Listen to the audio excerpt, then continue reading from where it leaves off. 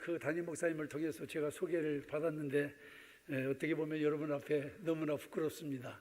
여러분들이 모신 우리 원로 목사님에 비하면 저는 아직 세 발의 피고요. 우리 원로 목사님은 이름만 대도 교계에서 다 알 수 있을 만큼 교계의 많은 부분에서 정말 한국교회 공헌을 많이 하신 목사님이시고, 또 우리 담임 목사님도 정말 열렬하게 정말 지방이나 총회나 또 아니면은 지역 연합회에서 열심히 활동을 하시고 계신데, 부족한 사람의 이력이 별 볼 것 없는데도 불구하고 이렇게 소개를 해주셨습니다. 사람은 종종 자기의 가치를 과소평가할 때가 많습니다. 남의 떡이 커 보인다고 자기가 가지고 있는 재능이나 자기가 가지고 있는 기술이나 자기가 가지고 있는 능력은 작게 여기고, 다른 사람이 가지고 있는 것을 아주 귀하게 여기고 크게 여기는 분들이 많이 있는데, 여러분, 우리는 우선 자기가 가지고 있는 것들을 바르게 볼 수 있는 그런 이와 같은 능력도 가져야 될 줄로 믿습니다. 내가 모시고 계신 원로 목사님, 내가 모시고 계신 담임 목사님이 얼마나 훌륭한 분인가를 다시 한번 깨닫게 되시기를 바랍니다. 여러분들은 여러분들이 모시고 있으니까 여러분들이 모셨던 원로 목사님이 얼마나 위대한 분인지를 모르잖아요. 잘 알기는 알아도 그냥 객관적으로 아는 거지, 그 진심으로 여러분들 마음으로부터 이렇게 우러나오는 그런 존경을 하지 못할 때가 있고요.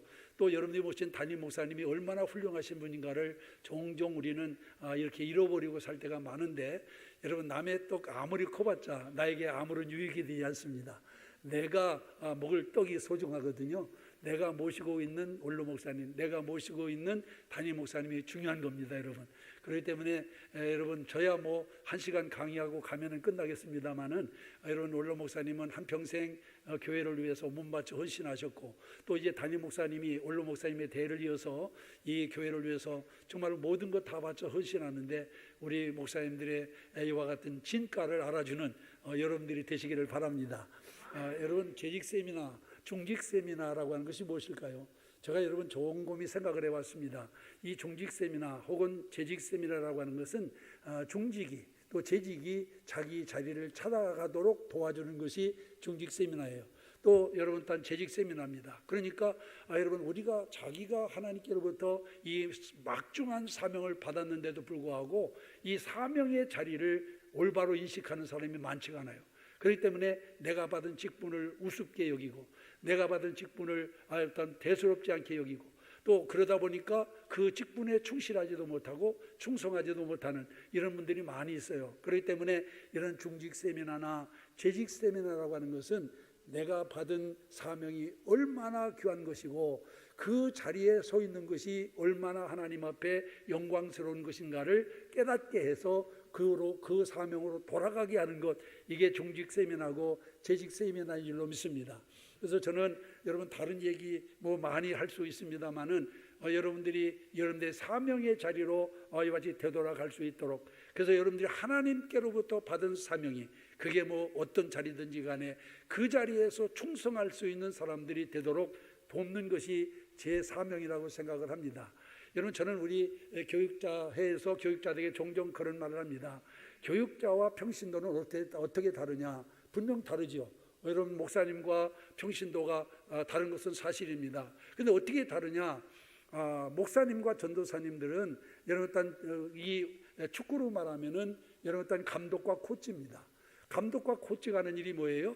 전술 전략을 잘 짜가지고 그 다음에 선수들을 잘 가르치는 것, 이게 여러분 감독과 코치의 사명이에요. 그러면 선수들의 사명은 뭐냐? 감독과 코치의 전술 전략을 잘 전수받아 가지고 훌륭한 게임을 해야만 이게 여러분 우리가 그 선수들의 사명입니다. 그렇기 때문에 여러분, 감독과 코치는 정말 어떤 전술 전략을 잘 구상할 수 있도록 밤낮으로 노력을 해야 되고, 그 다음에 선수들은 감독과 코치의 전술 전략을 잘 이어받아 가지고 어떻게 하면은 경기를 잘해서 정말 어떤 성공적인 삶을 살아갈까 하는 데 대해서 최선을 다하는 것이 평신도의 사명입니다. 그렇기 때문에 여기 앉아 계신 우리 재직들도 사실상 앞에 원로 목사님이나 담임 목사님의 이와 같은 목회 전략과 전술을 잘 받아가지고 여러분 또한 그 말씀대로 행하여서 여러분 삶의 열매가 좀 나타나야 돼요. 신앙생활이라고 하는 것은 여러분 삶의 열매가 있어야 됩니다. 열매 없는 신앙이라고 하는 것은 아무런 의미가 없어요. 그렇기 때문에 여러분 내가 직분이 높다, 이게 여러분 하나님 앞에는 아무것도 아니에요. 여러분 딸 아니면 내가 교회를 오래 다녔다, 여러분 하나님 앞에 그거 별 볼 일 없습니다. 여러분 우리는 현재 지금 하나님 앞에 얼마만큼 충성된 사람으로 주님께 쓰임을 받고 있느냐 하는 것이 중요하다라고 하는 사실을 우리가 알아야 돼요. 그렇기 때문에 저는 이 시간에 한 시간 여러분들에게 전하려고 하는 것은 어떻게 하면은 우리가 하나님의 원하는 대로 올바로 쓰임받는 주의 종이 될 수 있을 건가, 주의 일꾼이 될 수 있을 건가, 이것을 저는 여러분들에게 말씀을 드리려고 합니다. 여러분 우리가 성도는 뭡니까? 교회는 뭐예요 여러분?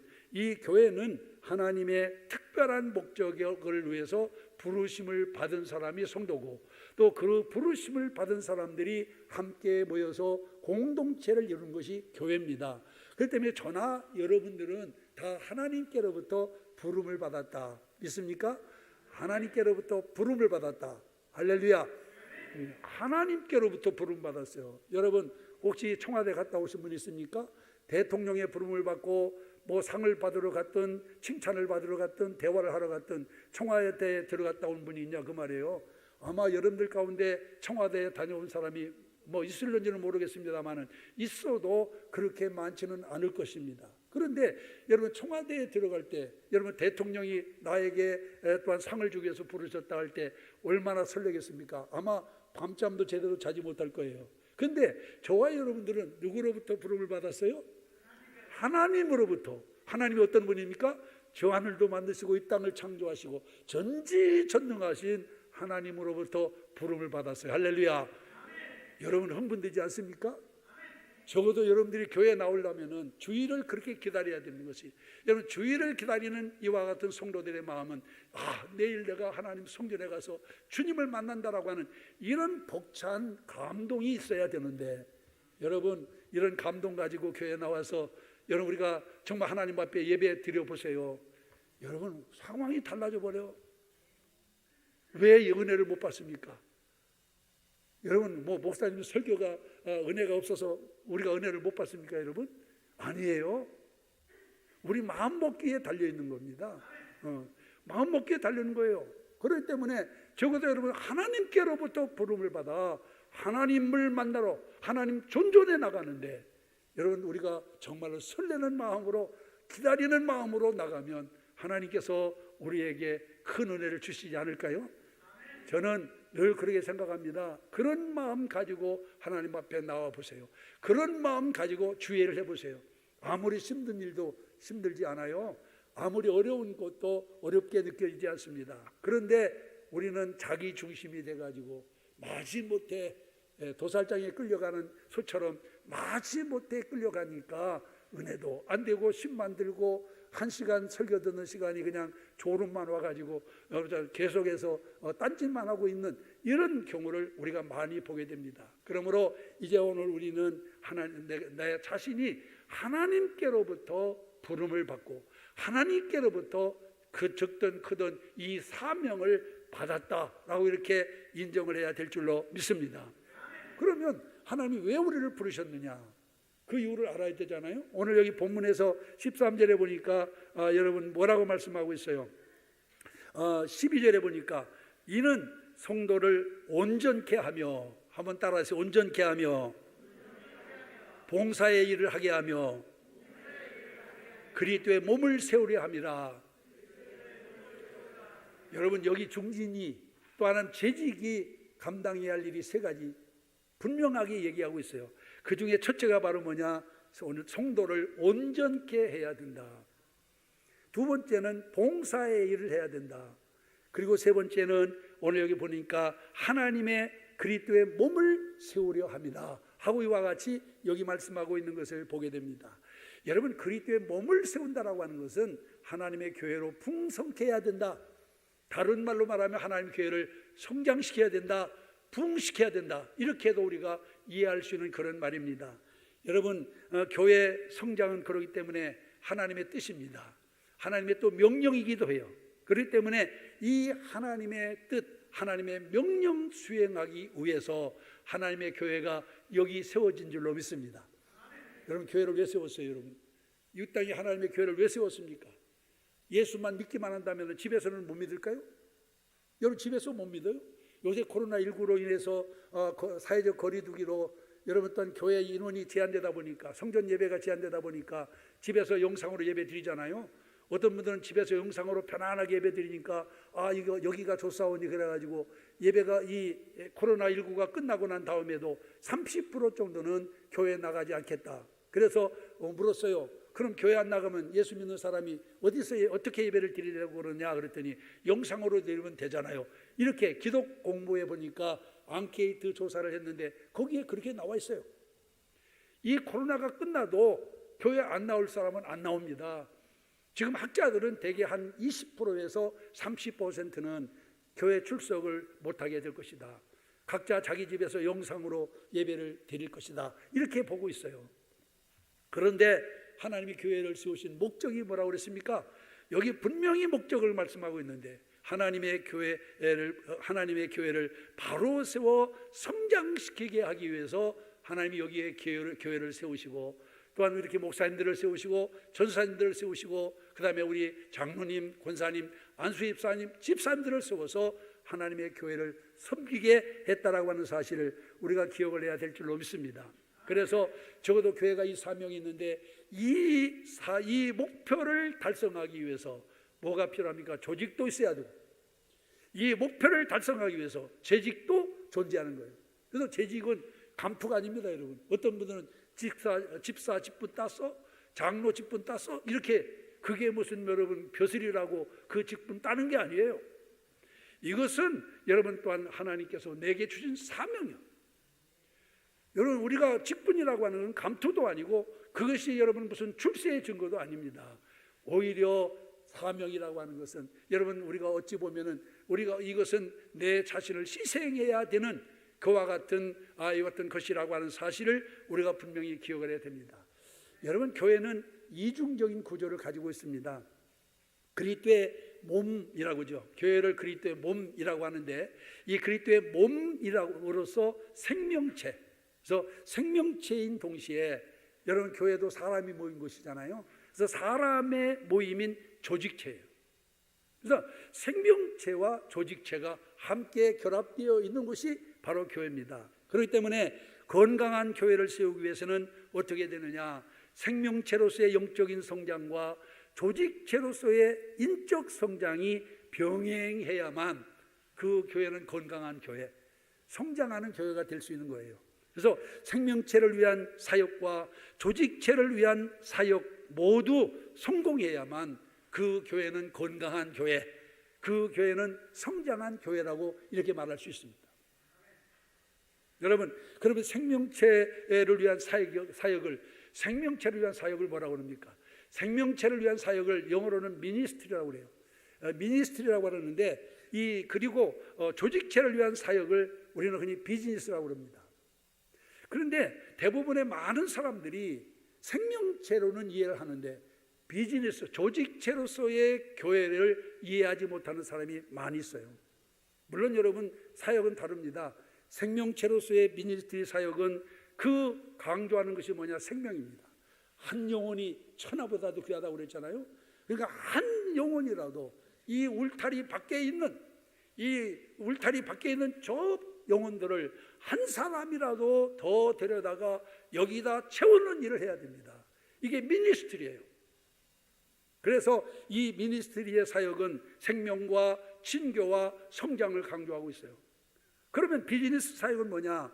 이것은 앞서 말씀대로 조직체를 위한 아이와 같은 사역인데 이 비즈니스는 인사, 행정, 재정을 강조하고 있습니다. 여러분 생명체로서의 사역의 필수 요소를 거기 때문에 뭐냐? 생명을 살리는 데는 다른 게 없어요. 성령과 말씀입니다. 그러면 비즈니스 조직체로서의 사역의 필수 요소는 뭐냐? 이건 기술입니다. 그래서 온전한 교회 성장을 원한다면은 설교와 예배와 성경보와 같은 영적 차원만 성공해서는 절대로 여러분 그것을 온전한 교회라고 할 수 없어요. 거기에 인사관리, 재정관리, 행정적 차원에도 성공을 해야만 그 교회가 여러분 건강한 교회, 성장하는 교회라고 하는 것을 우리가 기억을 해야 됩니다. 물론 여러분, 우선순위는 생명입니다. 미니스트리예요. 비즈니스가 아니라 미니스트리예요. 그러나 우리가 분명히 알 것은, 그러면 뭐 미니스트리만 잘해가지고 교회가 성장하느냐? 아닙니다, 여러분. 교회가 성장하기 위해서는 반드시 앞서 말씀드린 비즈니스 사역을 여러분 성공해야만, 이게 비즈니스 사역과 미니스트리 사역이 잘 조화를 이루어야만 그 교회는 건강한 교회로, 그리고 또 하나님에는 온전한 교회로 세워지게 된다라고 하는 사실을 기억하시기를 바랍니다. 물론 다시 말씀드리지만은 우선순위를 정한다고 한다면은 여러분, 또한 무엇보다 생명을 위한 이와 같은 미니스트리 사역이 소중하죠. 그러나 그것만 가지고는 아직도 2% 부족하다고 말해요. 그걸 채우려면은 바로 이 비즈니스 사역에도 성공을 해야 된다라고 하는 사실을 우리가 분명히 기억을 해야 됩니다. 그런 의미에서 여러분, 오늘 우리 이 재직들은 사실상 여러분들이 미니스트리 사역보다는 어찌 보면 비즈니스 사역에 함께 동참을 해야 되는데, 그런 의미에서 우리 재직들의 위치가, 우리 재직들이 대단히 중요한 사람들이다라고 하는 사실을 우리가 기억을 해야 됩니다. 그래서 교회에서 여러분들을 정말 이렇게 칭찬하고 격려하고 여러분들에게 이런 위로를 하는 것은 여러분들의 사명이 그만큼 소중하기 때문이다 라고 하는 사실을 기억을 해야 될 줄로 믿습니다. 그러면 여러분, 재직의 의미가 뭐예요? 여러분, 교회마다 재직의 의미와 범위는 다 다를 수가 있습니다. 교회가 딱 다르니까 또 교파마다 다를 수가 있어요. 목사를 비롯해서 장로, 권사, 집사 등 각종 직분자를 총칭할 때 여러 가지 재직이라고 할 수도 있습니다만은, 어느 교회에서는 교회 기관에 소속된 사역자나 직원들을 일컬어서 재직이라고 이렇게 말을 하기도 합니다. 그러나 오늘 제가 말씀드리려고 하는, 여기 본문에서 말씀드리려고 하는 것은 여러분, 일반적으로 직책의 개념보다는 사역의 개념이 강조된 교회 내 평신도 지도자들을, 평신도 일꾼들을 재직이라 한다라고 이렇게 저는 정의를 내리고 싶어요. 그래서 여러분, 우리 모든 재직들은 여기 지금 에베소에서 말씀하고 있는 이 사명을 위해서 하나님께로부터 부름을 받은 하나님의 일꾼이다, 이렇게 우리가 생각해야 될 줄로 믿습니다. 한번 따라해 보실까요? 나는 하나님께로부터 부름을 받은 하나님의 일꾼이다. 누구의 일꾼입니까? 하나님의 일꾼이에요. 여러분들은 목사를 위해서 일하는 게 아니잖아요. 여러분, 목사가 나를 위해서 여러분들 일하라 한다면 얼마나 여러분 짜증나겠어요. 여러분들이 목사를 위해서 일하는 게 아닙니다. 누구를 위해서? 나를 불러주신 하나님을 위해서 일하는 거예요. 여러분들 각자 맡은 직임을 따라 하나님에 충성하는 것은 주님을 위해서 일하는 겁니다. 그렇기 때문에 이 사실을 우리가 분명히 기억을 해야 됩니다. 여러분, 이 재직은 우리가 또한 우리 성경에 보니까 초대교회 때부터 세워졌어요. 사도행전 6장에 있는 말씀 가운데 보니까 교회가 기하급수적으로 아이들을 성령 받고, 마가의 다락방에서 성령 받은 120문도가 나가서 복음을 전하자 막 성도들이 기하급수적으로 늘어났어요. 근데 사람들이라고 하는 것은 많이 모이다 보면은 거기에 문제가 생기기 마련이잖아요. 우리 교회나 너희 교회나 막 이거 말할 거 없어요.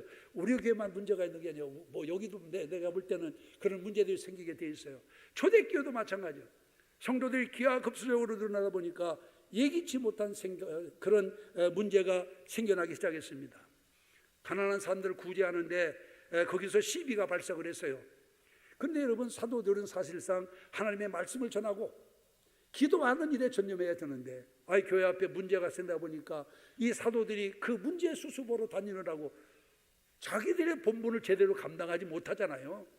그러니까 사도들은 사도들의 본분을 제대로 감당하기 위해서, 그래서 7명의 집사를 뽑아가지고 안수해서 집사를 세운 겁니다. 그래서 이 집사들로 하여금 교회 내에 일어나고 있는 문제들을 해결하도록 만들었어요. 이게 초대교회가 재직을 세운 첫 번째 사례라고 하는 사실을 우리가 분명히 알 수가 있습니다.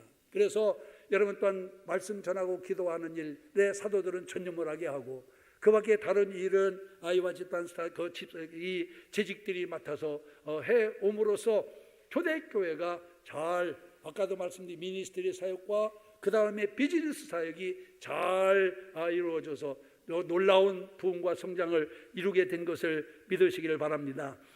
그런데 여기서 우리가 기억할 것은 뭐냐? 재직의 임명과 관련된 몇 가지 교훈을 우리가 여기서 얻을 수가 있습니다. 우선 여러분, 재직 임명에는 기준이 있다라고 하는 거예요. 아무나 재직으로 임명하지 않습니다.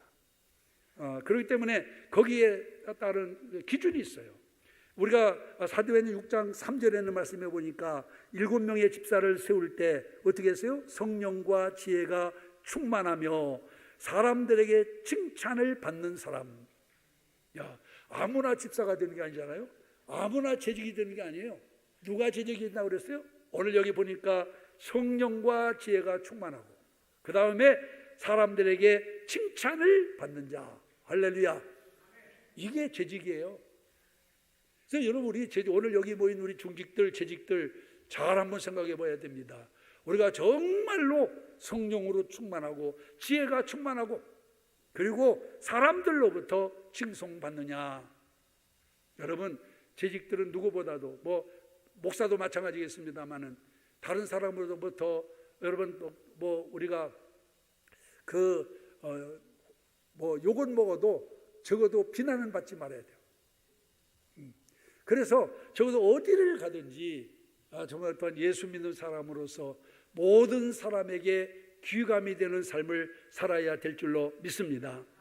그래서 그렇기 때문에 오늘 여기 보면은 초대교회 때도 아무나 집사로 임명하지 않고 바로 성령 충만하고 지혜가 충만하고 그 다음에 사람들로부터 칭찬받는 사람을 이와 같이 또한 집사로 세워서 비즈니스 사역을 감당하게 했습니다.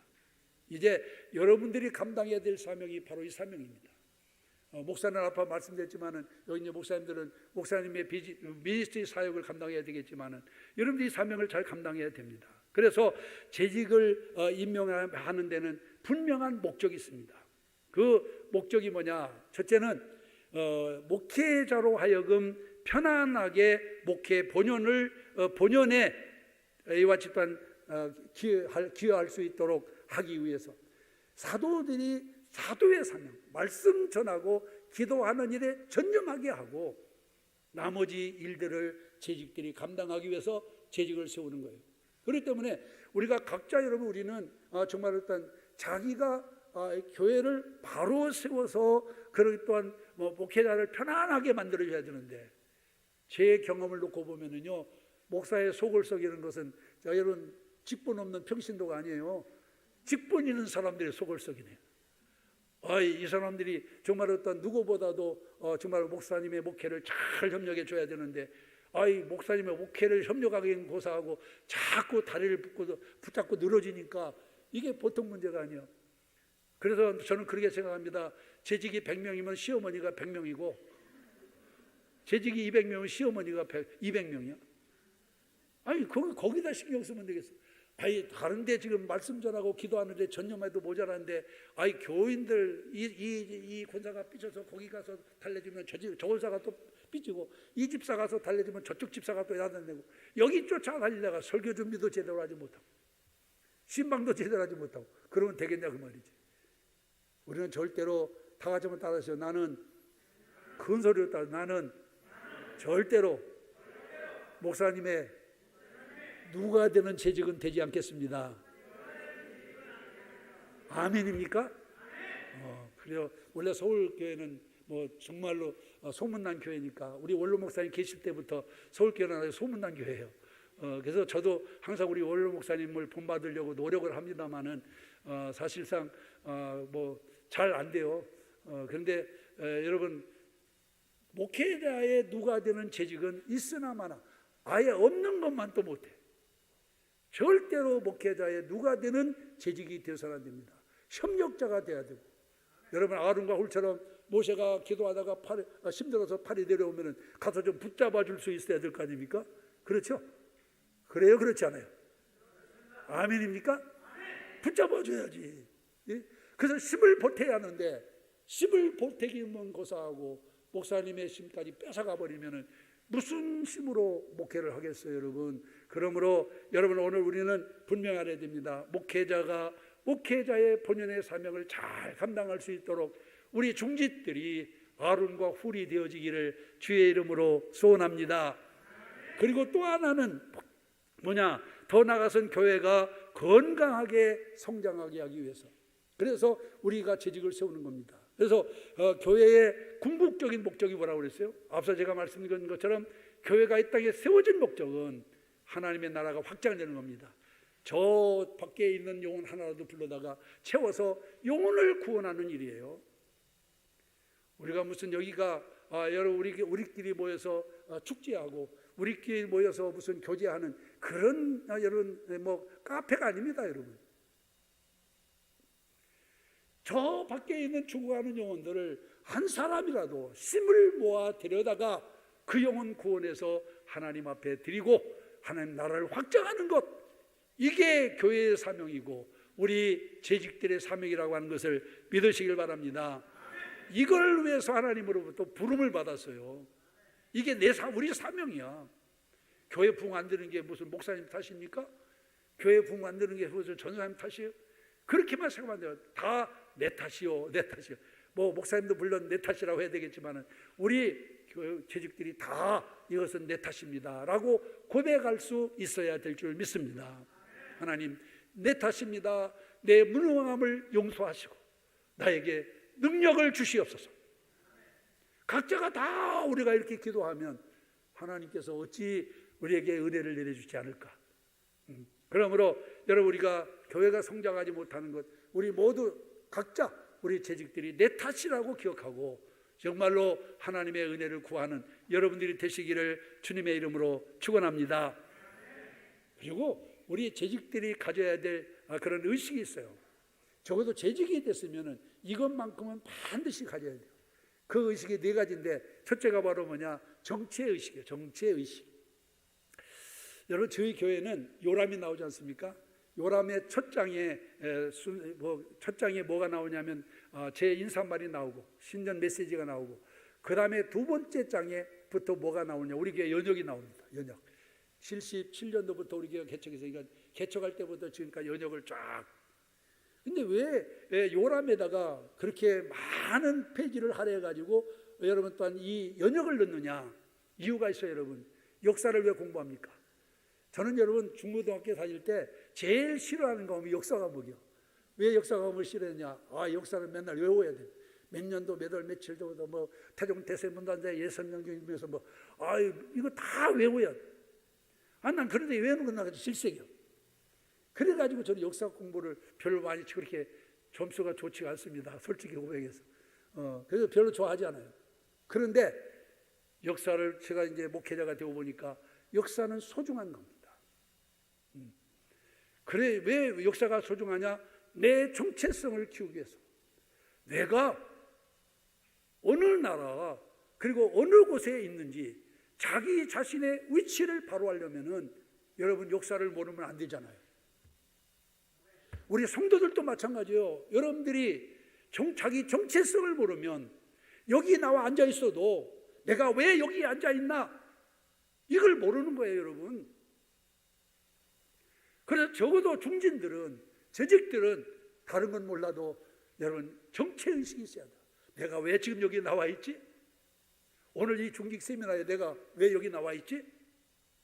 이걸 알아야 될 거 아닙니까? 그래야 여러분 여기서 강단에서 목사가 전하는 말씀을 여러분들이 또한 듣고 깨닫고 그 말씀을 통해서 감동도 받고. 할렐루야. 그런데 이 정체의식이 없다 보니까 교회 예배드려 왔는데도 내가 왜 여기 와 있는지 이걸 잘 모르는 거예요. 예배가 뭐예요, 여러분? 하나님께 영광을, 예배는 하나님께 드리는 거예요. 목사에 드리는 것도 아니고 원로 목사에게 드리는 것도 아니고, 여러분 예배는 하나님께 드리는 겁니다. 하나님께 예배 드리기 위해서 내가 지금 여기 뭘로 나와 있어? 제물로 와 있어. 제물로. 신약 시대 때는 내가 제물이요. 구약 시대 때는 하나님 앞에 나갈 때 빈손 들고 못 가잖아요. 뭘 가지고 왔습니까? 제물 가지고 왔어요. 형편 따라서 뭐 양이나 소를 가지고 갈 수도 있지만은 형편 따라서 뭐 비둘기도 가지고 갈 수 있고 가루도 가지고 갈 수 있어요. 그러나 신약에 와서 제물은 바로 내가 제물입니다. 그래서 여러분들 자신이 지금 이 자리에 왜 있는지, 지금 자신의 정체성을 바르게 알아야, 그래야 우리가 여러분 하나님께 올바른 예배를 드릴 수가 있거든요. 그래서 적어도 재직들은 이런 정체 의식이 있어야 된다. 그래서 자기 위치를 바로 알아야 된다. 따라하세요. 내 자신의 위치를 바로 알게 하소서. 내가 지금 왜 여기 나와 있는지, 하나님 내가 여기 나와 있는 그 같은 그런 목적을 바로 알게 하시옵소서. 그러면 찬송이 달라져요. 기도가 달라져요. 말씀 듣는 태도가 달라져. 근데 이런 정체의 의식이 없다 보니까 예배 시간에도 엉뚱한 데 딴전 부리고 왔다 갔다 하고 이렇게 하잖아요, 여러분. 그래서 우리는 정체의 의식이 분명해야 됩니다. 우리는 모두가 다 하나님의 부름을 받고 하나님께로부터 하나님의 나라를 확장하고 죽을 영혼을 살리라고 하는 사명받고 여기 나와 있는 사람들이요. 그래서 여러분들의 A와 같은 그 위치를 올바로 분별할 수 있기를 주님의 이름으로 축원합니다. 그 다음에 두 번째 식은 뭐냐? 책임의식이요. 여러분, 주어진 사명을 완수하려고 하는 의지와 노력이 우리에게 필요합니다. 내게 사명을 맡기셨으면 하나님, 내가 어떻게 하여야 이 사명을 바르게 감당할까요? 하나님, 나는 할 수 없습니다. 주여 능력 주시옵소서. 이 사명 잘 감당할 수 있도록 하나님 힘 주시옵소서. 하나님 나에게 물질도 주시옵소서. 건강도 주시옵소서. 그래야 하나님이 건강도 주고 물질도 주지.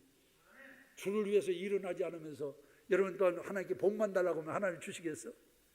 여러분 계시록 22장에 보세요. 계시록 22장에 봐보니까 뭐라고 말씀하고 있어? 이렇게 말씀합니다. 너희에게 줄 상이 내게 있어 너희가 일한 대로 갚아주리라. 어떻게 한 대로? 일한 대로 갚아주리라. 자, 잘 들으세요. 일한 대로라고 하는 말은 무슨 말이냐? 심으면 심은 만큼, 애쓰면 애쓴 만큼, 노력하면 노력한 만큼, 수고하면 수고한 만큼, 땀을 흘리면 땀을 흘릴 만큼, 피를 흘리면 피를 흘릴 만큼 내가 다시 와서 반드시 갚아주리라. 할렐루야. 여러분, 이걸 우리가 알아야 돼요. 그런데 여러분, 우리는 사명만 받아가지고 일은 하지 않고 하나님께 복만 구하니까 하나님이 여러분 우리에게 복을 주시겠어요? 그렇기 때문에 우리는 적어도 내게 주신 사명을 감당하기 위해서 여러분 기도해야 됩니다. 노력해야 됩니다. 애를 써야 됩니다. 그래야 하나님께로부터 복을 받습니다. 여러분, 성도들에게는 우리나라 대한민국 국민이 되기 위해서는요, 두 가지가 있잖아요. 책임과 권리가 있습니다. 그래서 우리가 권리를 찾으려면은 자기 책임을 다해야 돼요. 그래서 우리가 납세 의무, 병역의 의무, 교육의 의무 등 이렇게 우리가 의무가 있잖아요. 의무를 감당해야 대한민국 국민으로서의 권리를 찾을 수가 있습니다. 자기 의무를 감당하지 못한 사람은 권리도 찾을 수가 없어요. 성도도 마찬가지예요. 성도가 됐든 재직이 됐든 하나님께로부터 부름을 받았으면은 우리에게는 여러분 주님을 섬겨야 될 의무가 있어요. 이 의무를 잘 감당해야 감당하는 자에게 주시마 약속하신 복을 받아 누릴 수가 있는 겁니다. 이걸 우리가 분명히 알아야 돼요. 그런데 우리가 책임은 생각하지 않고 권리만 생각하니까, 의무는 생각하지 않고 권리만 생각하니까 여러분 우리가 어떻게 합니까? 하나님 앞에 올바로 충성하지 못하잖아요. 여러분, 미국의 지미 카터 대통령 여러분 잘 아시죠? 지미 카터 대통령은 선거 유세를 하는 중에도 여러분 조지아주에 있는 그 작은 교회에 출석을 해서 하나님께 예배를 드렸어요. 주일마다. 그리고 이 카터는 그 교회에서 주일학교 학생들을 가르쳤는데 20여 명 되는 학생을 가르쳤어요. 이 카터가 유세 중에도 이렇게 조지아주로 내려가가지고 그 교회에서 아이들을 가르치는데 유세 중에 있을 때 70명의 기자들이 그 조지아주에 있는 카터가 나가는 그 교회에 왔습니다. 카터를 취재하기 위해서. 그러자 이 카터가 기자들에게 뭐라고 얘기하지 않습니까? 이렇게 얘기했어요. 오늘은 여기에 왔지만은, 여러분들이 오늘은 여기에 왔지만은 다음 주일에는 여러분들이 각자 여러분들이 섬기는 교회에 나가기를 바랍니다. 나를 위하여 와서 취재하냐 그 말이요. 당신들이 섬기는 교회 가서 예배를 드려야지. 오늘 우리들은 적어도 내게 주어진 사명을, 여러분 또한 뭐 내가 출세했다고 해서, 여러분들 잘 아잖아요. 백화점 왕으로 불리는 와나 메이커는요, 미국의 70부 장관까지 한 분 아니에요? 백화점을 많이 가지고 백화점 왕인데 70부 장관까지 한 분인데, 이분의 자서전에 보면 그런 얘기가 나와요. 나는 한 번도 하나님 앞에 나에게 복을 달라, 물질을 달라, 권세를 달라 하는 기도한 적이 없다. 나는 열심히 하나님의 말씀을 지켜 살았더니 어느 순간 내 옆에 부도 와 있고 명예도 와 있더라. 할렐루야. 놀라운 얘기예요. 하나님 말씀대로 자기에게 주신 사명을 잘 감당했더니 자기가 구하지도 않은 부도 와 있고 명예도 와 있더라. 할렐루야. 우리가 재직들이 자기의 본분을 따라 잘 사명에 충실하면 주님이 여러분들의 길을 열어주실 줄 믿습니다. 여러분에게 큰 은혜를 주실 줄 믿습니다. 그래서 우리는 적어도 책임감을 가져야 되고, 세 번째는 사명의식입니다. 여러분, 재직은 하나님의 일을 한다고 하는 철저한 사명감으로 무장해 있어야 돼요. 사명감이 막 불타야 돼요. 그래서 주의 일을 하는 기쁨으로 살아야 돼요. 할렐루야. 주의 일을 하는 기쁨으로 살아야 돼요. 우리의 기쁨이 뭐예요?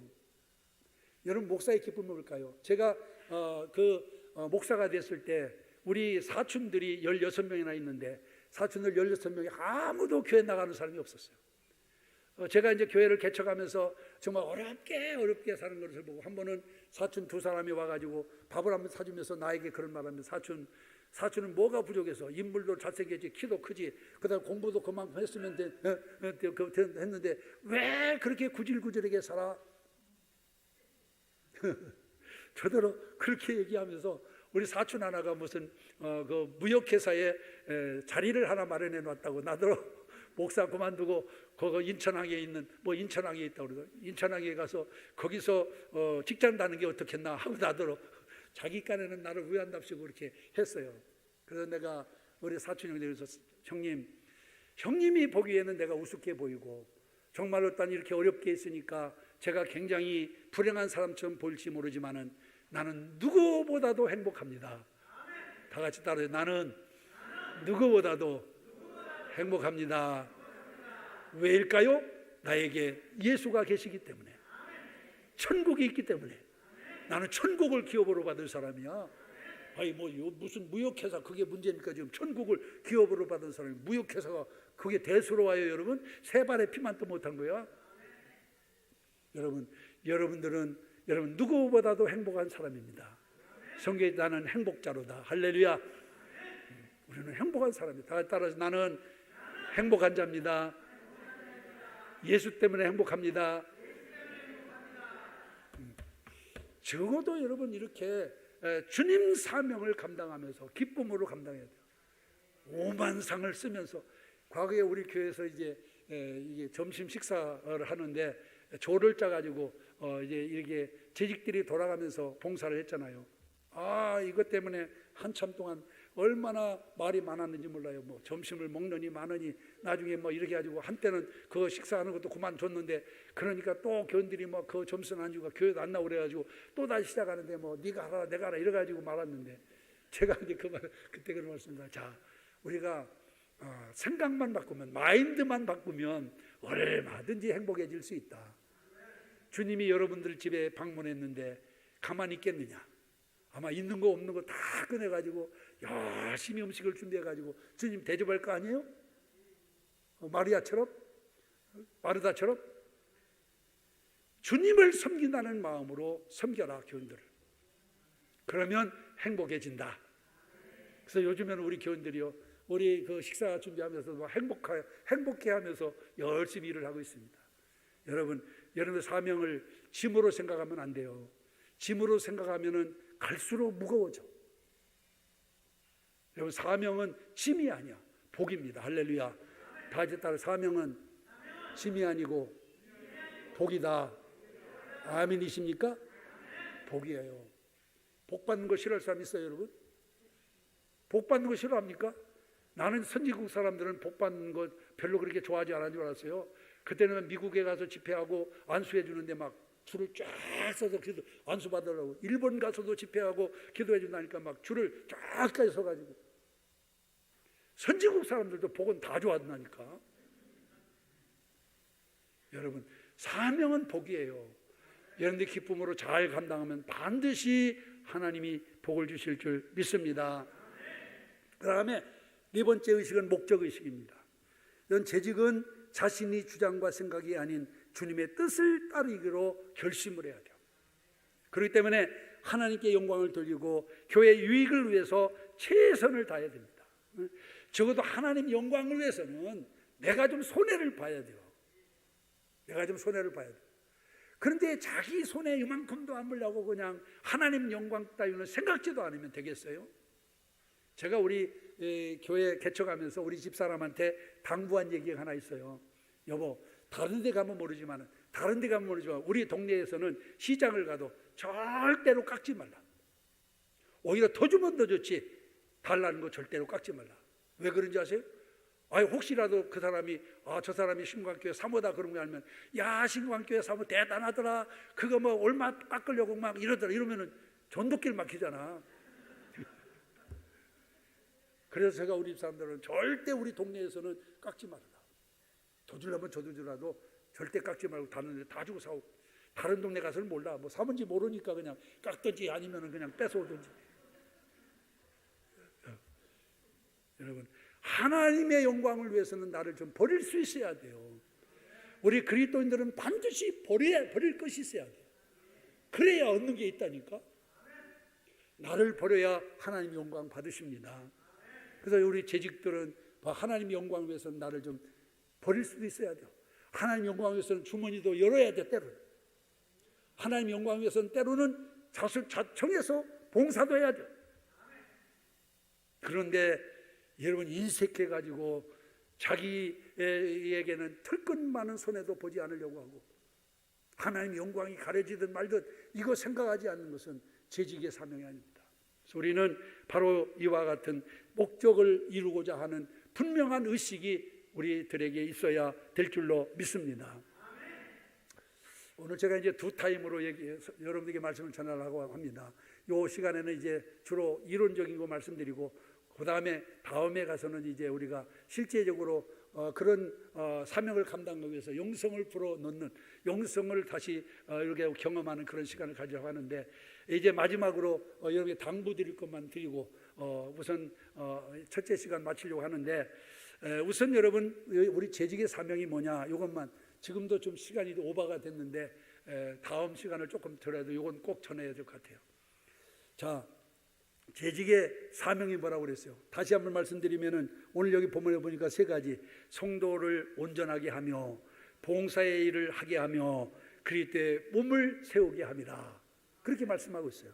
그러면 여러분, 이 사명을 감당하기 위해서 우리가 어떻게 해야 되느냐, 요거 5가지만 제가 간단하게 말씀드리고 우선 첫 시간 마치려고 합니다. 첫째로, 여러분, 우리가 재직으로서 이 사명을 감당하기 위해서는 다 같이 따라해서 교회와 하나가 되라.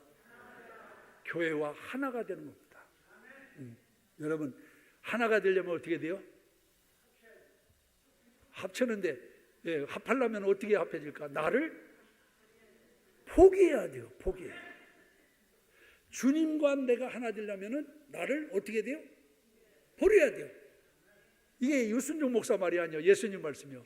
예수님이 당신을 따르는 수많은 무리를 보시고 이렇게 말씀하십니다. 너희가 나를 따르기를 원하느냐? 너희가 내 제자가 되기를 원하느냐? 내 자신을 어떻게 하고? 부인하고 내 십자가를 지고 나를 따르라. 주님과 하나가 되기 위해서는 나를 어떻게 하라 그랬어요? 버려야 돼. 버려야 돼요. 교회와 하나 되기 위해서는 나를 포기해야 돼요. 우리가 중직으로서 그 사명을 잘 감당하려면은 무엇보다도 여러분, 교회와 하나가 돼야 되고, 교회와 하나가 되기 위해서는 자기 자신을 포기할 수 있어야 된다. 자, 사도 바울 보세요. 그가 여러분, 하나님과 하나 되기 위해서, 주님과 하나 되기 위해서 얼마나 많은 것을 포기했습니까? 가문, 혈통, 학문, 로마의 시민권. 여러분, 사도 바울은 엘리트 중에 엘리트예요.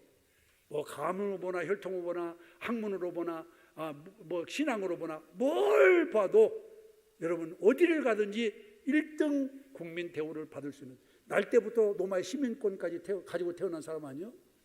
이 정도 되면 당시 로마 판도에서는 어디를 가든지 1등 국민 대우를 받는 사람이요. 그런데 예수 그리스도를 알고 난 다음부터 이걸 어떻게 여겼다? 분토같이 여겼다. 분토가 뭐야? 똥이야. 똥같이 여기고, 이 자기가 가지고 있는 모든 이와 같은 이력을 불토같이 버리고 오로지 주님을 위해서 살았어요. 할렐루야. 버리는 것이 있어야 얻는 것이 있는 거예요. 여러분, 좋은 옷 사다 주니까 낡은 옷 입으면서 아꼈다 입으려고 입는다고 하면서 여러분 그냥 그걸 아껴두고 안 입으면 어떻게 해요? 좋은 옷 입으려면 어떻게 해요? 흔고 낡고 흔 옷 벗어버려야 되지 않겠습니까?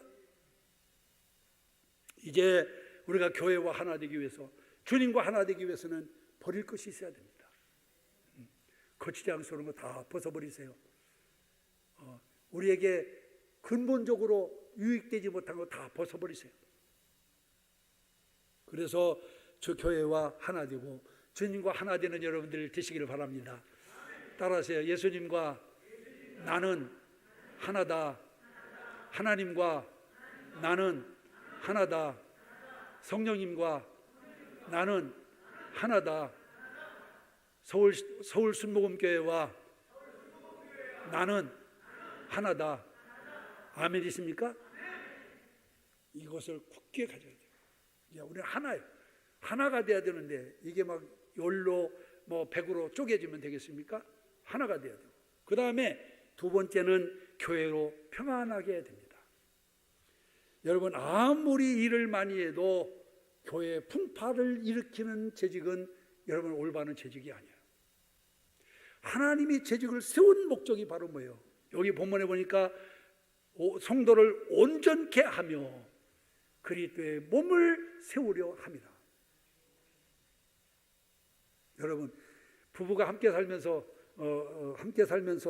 여러분 뭐 할 말 못할 말 다 하며 삽니까? 여러분 그렇게 하고 살아요? 요새 신식 부부들은 좀 할 말 안 할 말 다 하기는 한다고 하지만은 그래도 여러분 제 세대만 하더라도 부부가 함께 살면서 정말로 막 여기까지 치밀어 올라도 때로는 꼭 참아야 돼요. 뭐 때문에? 가정의 화평을 위해서. 이거 나왔다 그러면 뭐 서로 싸움이 나와져서 뭐 할 게 뭐 있어요? 서로 싸먹고 나면 어떻게 해요? 그렇다고 갈라져? 지금은 갈라지는 사람이 많지만은 그럴 수 없잖아요. 그럴 때면 여기까지 차도 때로는 꼭 참고 참아야 돼요. 왜냐? 가정의 평화를 위해서. 자식들도 있고 부모도 있고 그러니까 가정의 평화를 위해서 참아야 됩니다, 여러분. 교회도 마찬가지예요. 교회에서도 그냥 내가 좀 자존심이 상했다고 막 들이받으면 아나무인으로 장로님도 들이받고 그냥 목사님도 들이받고 이러면 되겠어? 때로는 좀 못마땅한 일이 있더라도 꼭 참아야 돼요. 예수의 이름으로 인내하시기 바랍니다. 그래서 여러분 교회가 편안해야 돼요. 쌈박질하는 교회 부흥되는 거 봤어요? 물론 서울 순복음교회를 뭐 그렇지 않습니다.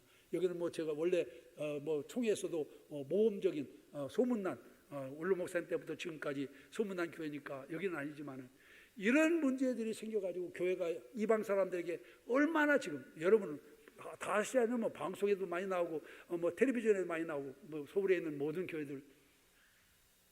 우리는 교회를 편안하기를 위해서 힘쓰는 자가 돼야 돼요. 할렐루야. 그 다음에 시간이 있어서 좀 쉽게 가겠습니다.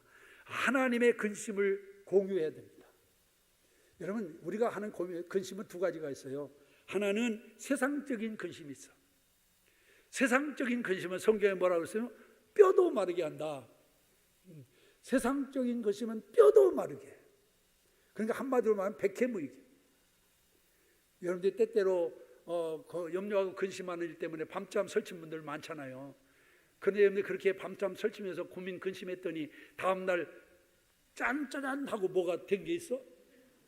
예? 짜잔 하고 뭐 됐습니까? 쨍 하고 볕이 들었어요? 여러분, 세상적인 근심은 하면 할수록 더 깊은 근심의 늪에 빠져버려요. 그런데 또 하나 하나님의 근심이 있어요. 이 하나님의 근심은 하면을 할수록 우리에게 더 큰 은혜가 주어집니다. 할렐루야. 야, 어떻게 하면 내가 열심을 낼까? 어떻게 하면 내가 전도를 할까? 어떻게 하면 하나님을 기쁘시게 할까? 이거 주님을 위한 저는 이것을 거룩한 근심이라고 그래요. 우리 교인들은 거룩한 근심. 그래서 우리는 거룩한 근심을 하며 살지언정 세상 근심은 버리자. 여러분, 우리가 어떻게 하든지 하나님의 뜻을 따라 바르게 살기 위해서 근심하고 걱정하는 것은 우리에게 큰 은혜가 될 줄로 믿습니다. 그래서 하나님의 근심을 공유하지. 하나님은 다른 근심 아무것도 없어요. 단 하나, 영혼을 구원하는 겁니다. 어떻게 해야 저 죄악에 빠져 있는 영혼을 구원해서 천국 백성 삼을까? 이것이 하나님의 근심 아니요? 이 근심을 공유하고 이제 우리 재직들이, 우리 서울교회 중직들이 정말 어떤 2021년도에는 거룩한 근심을 통해서 하나님의 큰 사명 감당하시기를 바랍니다. 그 다음에 네 번째로는 하나님의 교회를 풍성하게 하자. 한번 따라하세요. 하나님의 교회를 풍성하게 하자. 여러분, 우리는 교회에 붙어있는 지체들이니까 교회를 풍성하게 돼요. 그래서 교회가 풍성해지면 내 가정도 풍성해지고 내 심령도 풍성해지고. 할렐루야. 그래서 저는 우리 교인들에게 그렇게 가르쳐요. 하나님, 내가 다른 건 몰라도 우리 교회에서 이것만큼은 최고가 되게 하옵소서. 뭐요? 하나님, 다른 건 몰라도 내가 우리 교회에서 기도를 제일 많이 하는 성도가 되게 하옵소서. 하나님, 내가 우리 교회에서 순종을 제일 잘하는 성도가 되게 하옵소서. 하나님, 우리 교회에서 내가 전도를 제일 많이 하는 성도가 되게 하옵소서. 하나님, 내가 우리 교회에서 헌금을 제일 많이 하는 성도가 되게 하옵소서. 하나님, 나에게 우리 교회에서 봉사를 제일 많이 하는 자가 되게 하옵소서. 뭔가 하나만이라도, 우리가 10가지면 10가지, 20가지 다 여러분 충만하게 할 수 없잖아. 적어도 내게 주어진 달란트 따라서 한 가지만이라도 나로 말미암아 우리 서울교회가 풍성해지기를 위해서 하나님께 기도하시기를 바랍니다. 하나님이 채우실 줄 믿습니다. 그래서 우리는 적어도 여러분, 우리가 교회가 나로 인해서 풍성하지. 야, 나 때문에 기도하는 사람이 늘어나고, 나 때문에 전도하는 사람이 막 늘어나고, 나 때문에 봉사하는 사람이 막 늘어나고, 나 때문에 헌금하는 사람이 막 늘어나고. 이건 풍성해지는 거 아니겠어요? 이것이 재직의 사명입니다. 네? 다른 것보다 내가 찬송을 제일 잘하는 사람 되게 없어. 그래서 찬송을 하는 게 영광을 들면 나 때문에 찬송이 막 교회에서 살아나가지고. 그래서 한 가지만이라도 하나님의 교회를 풍성하게 하는 여러분들이 되시기를 주의 이름으로 소원합니다. 마지막 하나만 더 말씀드리겠어요. 마지막은 사도권을 인정하라고 하는 겁니다. 주의 종의 영적 권위를 인정해야 돼요. 우리 교인들도 나는 그렇게 가르쳤어요. 개척 때. 우리 이 한국에서 우리 목사님이 제일이다. 한 번 더 여러분 해볼까요? 자, 세계에서 우리 조 목사님이 제일이다. 한번 그렇게 외쳐보겠습니다. 세계에서 어떻게 이게 잘 맞지가 않네. 우리 교회에서, 자, 세계에서 우리 원로 목사님, 조 목사님이 제일이다. 이렇게 하면 다 같이 해보겠습니다. 시작.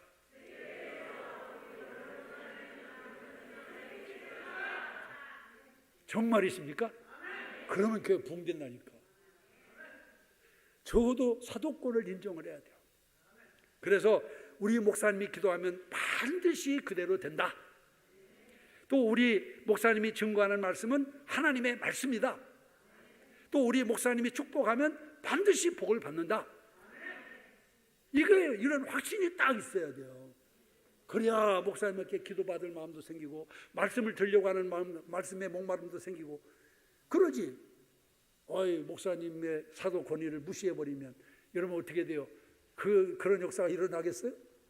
그래서 적어도 여러분들 우리 서울 순복음교회는, 우리 교회는요 조영기 목사님 설교보다 제 설교가 훨씬 더 낫대. 우리 저 뒤에 권사님 한 분 계신데, 저 여기 데리고 온 권사님이 계신데, 거짓말 아니에요. 우리는 사실상 여의도에 가는 코스가요, 우리 집 앞에서 타면 바로 여의도 교육관 앞에, 여의도 문 앞에 이렇게 딱 내려요. 그런데도 제가 여기서 여의도 코앞에 놓고 개척해가지고 300명 교인 모았잖아요. 그래서 우리 교인들은 누가 뭐래도 우리 목사님이 제일이다. 조영기 목사님 설교보다 우리 목사님 더 어려서부터. 사실 제가 조영 목사님에 비하면 세 발의 피죠. 그런데 적어도 성도들은 그런 아이와 같은 마음을 가져야 돼요. 그래야 사도권이 인정돼야 그 목사님 밑에서 기도도 받으려고 하고 그 말씀도 들게 되지. 사도권을 무시해버리면 뭐 여러분 설교가 은혜가 되겠습니까? 기도를 받은 듯 응답이 되겠습니까? 그러므로 그 사도권을 인정할 수 있는 여러분들이 되시기를 주님의 이름으로 축원합니다. 자, 이 시간에는 이제 우리가 하나님께로부터 사명도 받고 하나님께로부터 축복된 약속도 받았습니다. 복된 약속도 받았어요. 그런데 이제 그 사명 감당해서 하나님께서 약속하신 복을 내가 누리며 살 수 있기 위해서는 어떻게 해야 될 것인가, 이 문제를 우리가 함께 본문을 아까 여러분이 읽어드린 민수기 13장 30절부터 33절 말씀 가지고 함께 우리가 생각하면서 은혜를 받기를 원합니다. 자, 여러분 430년 동안 애굽에서 종살이하고 있던 이스라엘 백성들에게 하나님은 뭘 약속합니까? 젖과 꿀이 흐르는 가나안 땅을 너와 내 자손들에게 주겠다라고 약속을 하죠. 이건 하나님의 약속이에요. 여러분 애굽에 살고 있는 모든 이스라엘 백성들에게 똑같이 주신 약속이에요. 그런데 약속을 하나님께로부터 200만 명이 되는 이스라엘 백성들이 다 받았는데 그 약속을 누린 사람은 몇 명입니까? 2명밖에 안 돼요. 누구입니까? 여호수아와 갈렙. 출애굽 1세대 가운데 여호수아와 갈렙 두 사람만 약속의 땅에 들어가서 젖과 꿀이 흐르는 가나안 땅을 차지했어요. 나머지는 다 어떻게 했어요? 광야에서 죽었습니다. 죽었어요. 여러분 잘 알아야 됩니다. 우리가 하나님의 약속을 받았다고 해서 다 그 복 받는 게 아니에요. 그 복을 받으려면은 여러분 우리가 반드시 알아야 될 게 있어요. 무조건 복을 받는 게 아니에요.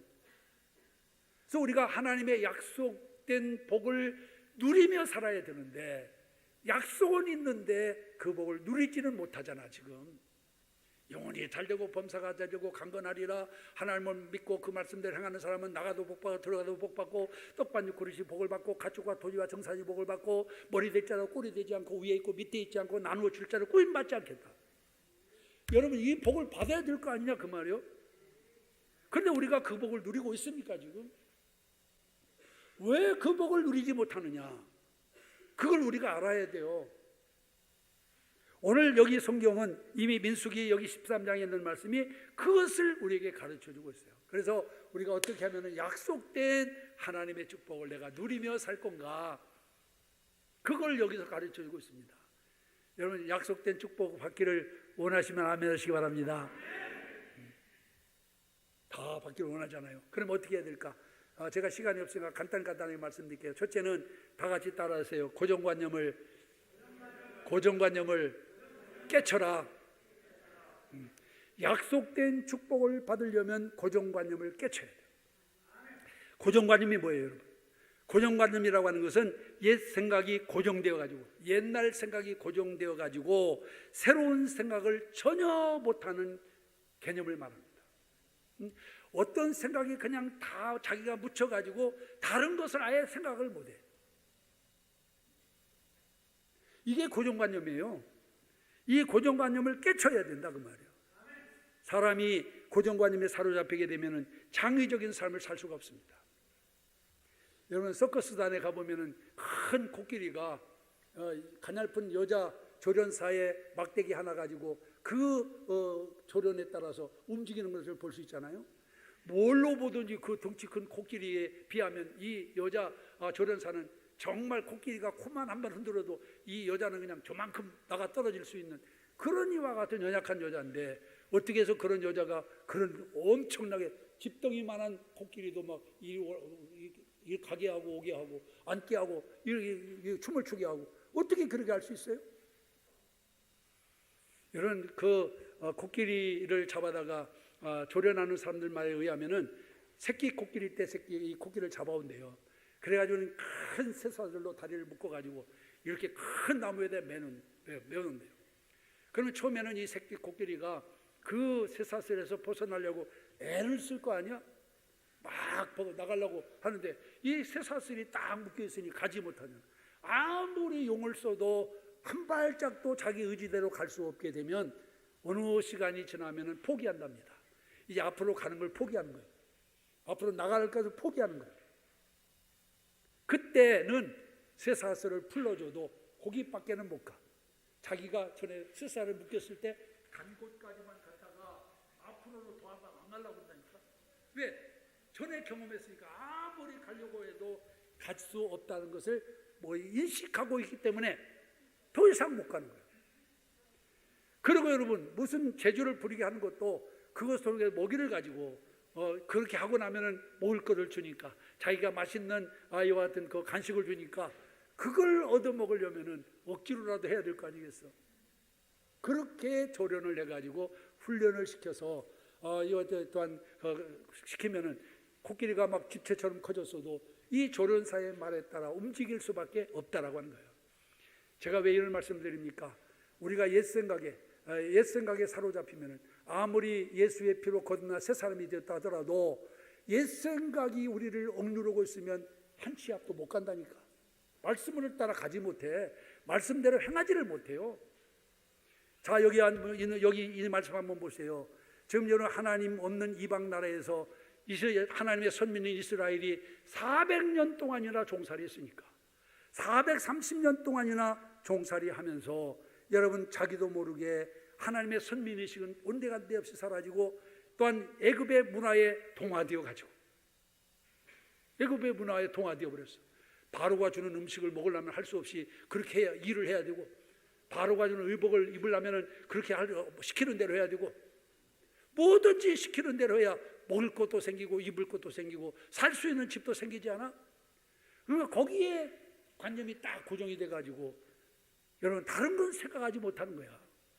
그러니까 결국에 가서는 하나님께서 그런 이스라엘을 모세를 통해서 여러분 그들을 끌어내가지고 젖과 꿀이 흐르는 가나안 땅으로 인도하기 위해서 광야로 인도한 거 아닙니까? 광야로 인도했어요. 그러면 여러분, 우리가 적어도 애굽에 살 때는 여러분, 애굽에 바로가 주는 음식을 먹고 바로가 주는 의복을 입고 바로가 주는 그런 이와 같은 어떤 그런 혜택을 입으며 살아야 되기 때문에 그렇게 했다 치더라도 이제는 하나님의 약속의 땅에 들어가기 위해서 부름을 받았으면은 하나님의 백성답게 살아야 되는데 그렇지 못하고 애굽에 광야에 와가지고도 틈만 나면 애굽에 기름감 하나 부추나 마늘만 기억하고 애굽으로 돌아가자 이렇게 하지 않았습니까? 그렇기 때문에 결국에 가서는 그들이 여러분 그 광야에서 죽임을 당한 거예요. 하나님의 백성으로서 여러분 또한 약속을 누리기 위해서는 어떻게 해야 되느냐? 애굽적인 사고방식을 버려야 돼요. 애굽에서는 바로가 주는 음식을 먹고 바로가 주는 혜택을 입으며 살았다고 한다면 이제 출애굽했으면은 출애굽적인 사고방식을 가져야 돼요. 출애굽하자마자 그때부터 누가 그들을 책임집니까? 하나님이 책임집니다. 먹을 것이 없을 때 하늘에서 만나를 내려주었습니다. 마실 물이 없을 때 반석에 물을 터지게 만들었습니다. 고기가 먹고 싶다고 할 때 동풍을 불게 해서 메추기 떼를 몰아다 줬습니다. 아멜렉이 그들 치료할 때 주님이 막아주셨습니다. 낮의 뜨거움을 하나님은 구름 기둥으로 막아주시고 밤의 추위를 불기둥으로 막아주셨어요. 이제부터 하나님의 은혜로 사는데 여러분, 하나님의 은혜는 까마득하게 잃어버리고 애굽의 사고방식, 고정관념의 애굽적 사고방식의 관념이 딱 고정되어 가지고 그것만 생각하니까 여러분, 하나님의 축복을 누릴 수 있어요? 근데 여호수아와 갈렙은 과감하게 애굽적 사고방식을 버리고 출애굽적 사고방식을 가졌기 때문에 하나님께로부터 약속된 축복을 누린 걸 믿으시기 바랍니다. 바라기는 우리 서울신광교회 서울신광이 아니네. 내가 버릇이 돼가지고 우리 교회에서만 우리 서울순복음교회 사랑하는 모든 우리 중직들도 애굽적인 사고방식을 버리고 출애굽적인 사고방식을 가짐으로 하나님의 약속된 축복을 다 받아 누리게 되기를 주의 이름으로 축원합니다. 축원합니다. 여러분, 하나님은 우리를 부르실 때 앞서도 제가 말씀드렸죠. 생명과 거기에 따른 모든 복을 이미 약속해 주셨어요. 주의 뜻을 따라 살기만 하면은 하나님은 반드시 우리에게 복을 주게 되어 있어요. 그러므로 이 축복을 누려서 하나님의 주신 사명을 잘 감당해 나가는 여러분들이 되시기를 주의 이름으로 축원합니다. 그 다음에 두 번째로는 다 같이 따라서 영적인 자아 개념을 높이자. 영적 자아 개념을 높이라고 하는 겁니다. 여러분, 자아 개념이라는 말이 뭐예요? 자아 개념이라고 하는 것은 자기 자신에 대해서 어떻게 의식하고 어떻게 생각하느냐 하는 거예요. 내가 나를 어떻게 의식하느냐. 거지처럼 생각하면 거지가 되는 거고, 왕자처럼 생각하면 왕자가 되는 거고, 공주처럼 생각하면 공주가 되는 거예요. 여러분, 중요한 얘기입니다. 자아 개념, 자기가 자기를 어떻게 의식하고 어떻게 생각하느냐. 여러분이 누굽니까? 우리는 거지도 아니에요. 적어도 하나님의 택한 주의 백성입니다. 하나님의 공주요 왕자들입니다. 이걸 우리가 분명히 알아야 돼요. 어떤 교사가 학습 부진화에 대해서 연구를 했다고 그래요. 그래서 한 학급에 30명 어린아이가 있을 때 그 중에 3분의 1인 10명이 학습 부진화라고 하는 것을 연구 결과 깨닫게 됐다고 합니다. 그래서 이 선생님이 연구해 봤어요. 왜 얘들은 공부를 못하나? 30명 중에 10명은 왜 공부를 못하나? 그걸 연구해 봤습니다. IQ가 낮아서도 아니고, 그 다음에 가정 환경이 나빠서도 아니고, 게을러서도 아니고, 가난해서도 아닙니다. 그러면 그들이 왜 공부를 못했냐? 놀라운 사실을 발견하게 됐어요. 스스로 자기를 보고 평가하는 개념이 아주 낮았다라고 하는 것이 연구 결과입니다. 자기들 스스로가 자기를 보고 평가하는 개념이 너무 낮으면 공부를 하지 못해요. 혹시 여러분들 자녀 중에 다른 게 결격 사유가 없어요? IQ도 낮은 거 아니고, 가정 환경이 나쁜 것도 아니고, 게을르지도 않고, 그 다음에 가난하지도 않은데 공부 못하는 사람이 있으면 여러분, 좋은 가정교사, 좋은 학원 보내기 전에 먼저 할 일이 있어요. 자아 개념을 높여주는 겁니다. 자아 개념부터 높여줘야 돼요. 자신감을 갖게 해야 돼요. 그래야지 뭐 좋은 선생 붙여준다고 해서, 좋은 학원 보낸다고 해서 공부 못하는 애가 공부하느냐? 아니에요. 이 자아 개념을 뜯어 고쳐야 돼요. 높여줘야 돼요. 그래야 그가 공부를 제대로 하는 거예요. 여러분, 우리가 신앙생활도 마찬가지입니다. 자기가 자기를 어떤 존재로 인식하고 사느냐에 따라서 여러분 신앙생활의 질이 달라져요. 똑같이 예수를 믿는데도 어떤 사람은 행복하게 즐겁게, 비록 가난하고 어렵게 살짐에도 불구하고 정말로 행복하게 사는데, 어떤 사람은 여유 있게 살면서 신앙생활하는데도 왜 맨날 근심하고 걱정하고 불평하고 원망하느냐? 영적인 자아 개념이 낮기 때문에. 이걸 우리가 분명 알아야 됩니다. 여러분, 제가 그 대학원에서 정태기 교수에게 제가 지도 교수였는데 그분이 그런 말을 하는 것을 제가 들어봤어요. 미국의 트라이시티라고 하는 워싱턴 DC가 아닌 워싱턴주의 크라이시티라고 하는 그런 지역이 있는데, 거기서 호텔을 경영하는 우리 교포가 있습니다. 그 양반 이름이 강동만 집사님이 계신데, 거기서 호텔을 경영해요. 그러면서 가끔씩 그 지역에 있는 교포 유지들을 불러다가 자기 집에서 파티를 합니다. 그런데 한번 자기 집에서 파티를 하는데 마침 정태기 교수가 미국에 갔다가 그 파티에 초청을 받아가지고 그 집에 갔대요. 그래서 가서 보니까 음식을 쫙 해놨는데 특이한 음식이 있는 거야. 그 음식이 바로 뭐냐? 호랑이 고기 요리야. 호랑이 고기 요리. 그러니까 여러분, 사람들이 깜짝 놀랄 거 아니에요? 아니, 어디서 호랑이 고기를 구했고, 그리고 호랑이 고기를 어떻게 요리를 해놨냐 하고 다 궁금해서 물었더니 그 주인이, 강집사님이 하는 말이, 그것은 좀 이 파티가 끝난 다음에 영상을 보면서 내가 설명을 해드려야 되니까 그 다음에 우선 음식부터 잡숴라. 그래서 생전처럼 호랑이 고기를 잡숴봤대요. 그래가지고 이제는 파티가 끝난 다음에 그 다음에 그 호랑이 고기를 얻게 된 경로를 얘기하는데, 이분이 사냥을 좋아해요. 사냥개 2마리를 가지고 뭐 주말마다 이렇게 사냥을 가서, 때로는 원정까지 가가지고 먼 데까지 가서 사냥도 하고 그러는데, 그러니까 별의별 그런 짐승을 다 잡아왔어요. 그래서 이 사냥개들을 데리고 와서 2마리인데, 근데 그날 또 집차에다가 이 사냥개를 딱 태우고 그 다음에 또한 사냥을 나갔는데, 이게 하도 같이 하다 보니까 개 짖는 소리만 들어도 이게 무슨 짐승이라는 게 딱 직감으로 알게 되더라는 거예요. 그런데 그날따라 개가 얼마나 자지러지게 짖는지 이게 도대체 무슨 짐승인지를 분간을 하지 못하겠더래요. 그래서 집차를 몰고 개들 짖는 곳을 딱 따라가다 보니까 놀라운 광경이 펼쳐지고 있었어요. 호랑이가 막 2마리의 사냥개 그냥 쫓겨가지고 똥줄나게 도망가는 거예요. 여러분, 하룻강아지 범 무서운 줄 모른다고 그러잖아요. 어떻게 해서 호랑이가 개들한테 쫓겨가? 말이 안 되잖아요. 호랑이가 돌아서 엉 한번 하면은 개들이 꼼짝 못하고 질질 오줌이나 싸고 그럴 건데, 이 사냥개가 2마리가 이빨을 드러내고 앙앙 쳐서대니까 이 호랑이는 똥줄나게 도망가고. 그래서 이 양반이 하도 기가 막혀서 캠코더를 가지고 그 사진을 다 찍어가지고 그거 보여주더라고요. 똥줄나게 도망갈 수 없으니까 나무가 하나 있으니까 막 걸리 엉겹게 기어 올라가더라는 거예요. 그것을 이 강집사님이 총을 쏴가지고 잡았다라고 이렇게 얘기를 하더랍니다. 근데 문제는 뭐냐? 어떻게 호랑이가 개한테 쫓기느냐? 그래서 이 양반이 상담학 교수 아닙니까? 심리적으로 자기가 딱 판단해 볼 때 그렇더라는 거예요. 이 개들은 자아 개념이 막 높아질 대로 높아 있어요. 왜냐? 뒤에는 누가 있습니까? 자기 주인이 있는 거예요. 주인이. 지금까지 몇 년 동안 주인과 함께 사냥 나가면 어떤 짐승도 그 총 한 방에 그냥 다 거꾸로 치는 걸 봤거든요.